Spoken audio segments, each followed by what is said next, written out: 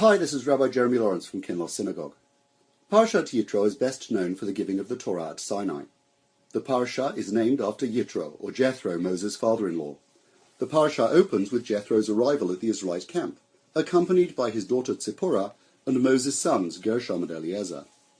We're told that Jethro had heard all that God had done for Moses and Israel.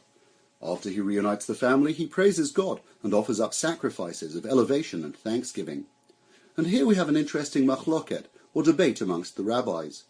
What had Jethro heard, and how was he able to offer up specific types of sacrifice that hadn't yet been given to the Israelites? The simplest answer, of course, is that Jethro had heard about the plagues, the Exodus, the crossing of the sea, and the victory against Amalek, everything that we read about in the last couple of weeks. As for the sacrifices, perhaps they were generic offerings that were known to all humankind, and this is the opinion of Rabbi Chia. However, Rabbi Yoshua ben Levi holds, Yitro achar Matan Torah haya. The story of Jethro occurred after the giving of the Torah.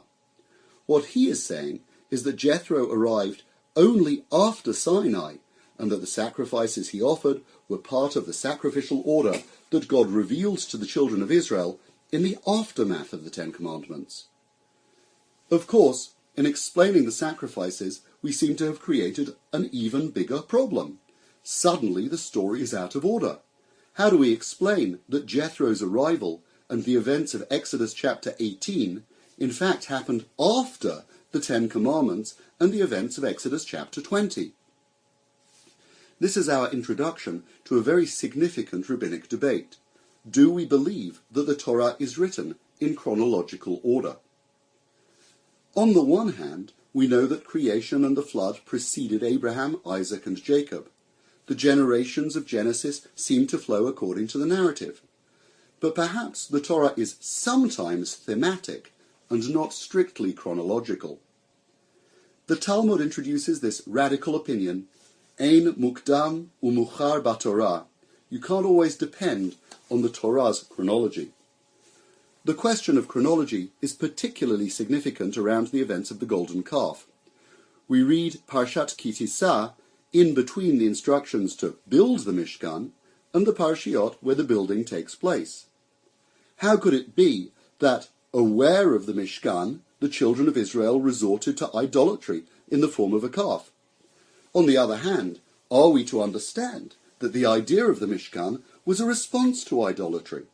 Had God not intended a tabernacle, ark, and menorah from the very outset? The Torah is not simply a book of laws, nor is it a storybook. We're supposed to consider the words used and the juxtapositions to better understand the themes which underpin revelation and which should guide us in life.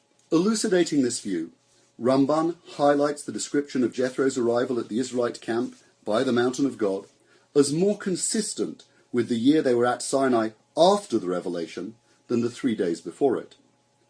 Also, we have to understand Moses' remark to Jethro that he was hearing cases and making known God's laws and statutes to the Israelites. This makes so much more sense if it happens after the Torah, the laws and statutes had been given to Moses, which happened in Exodus 20 and onwards when he was atop Sinai.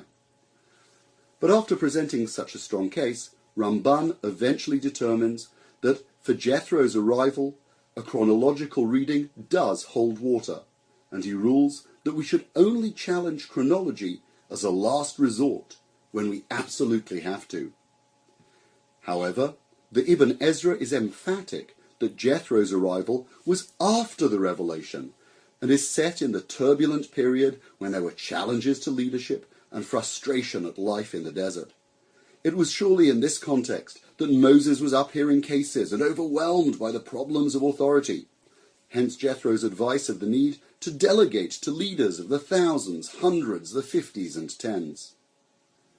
So why does Ibn Ezra say that the Jethro story is placed here? He answers that it is to draw a stark contrast with the battle against Amalek, which came just before. One heathen sets out to destroy Israel, but the priest of Midian comes to praise them and joins their ranks.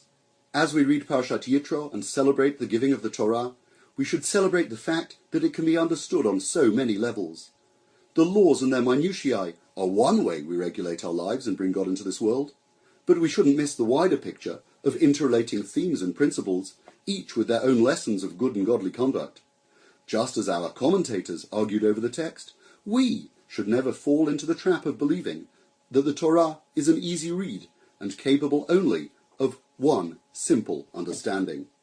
Our task is to pursue its many avenues, and through our quest, to find God's truth. This is Rabbi Jeremy Lawrence wishing you a Shabbat Shalom.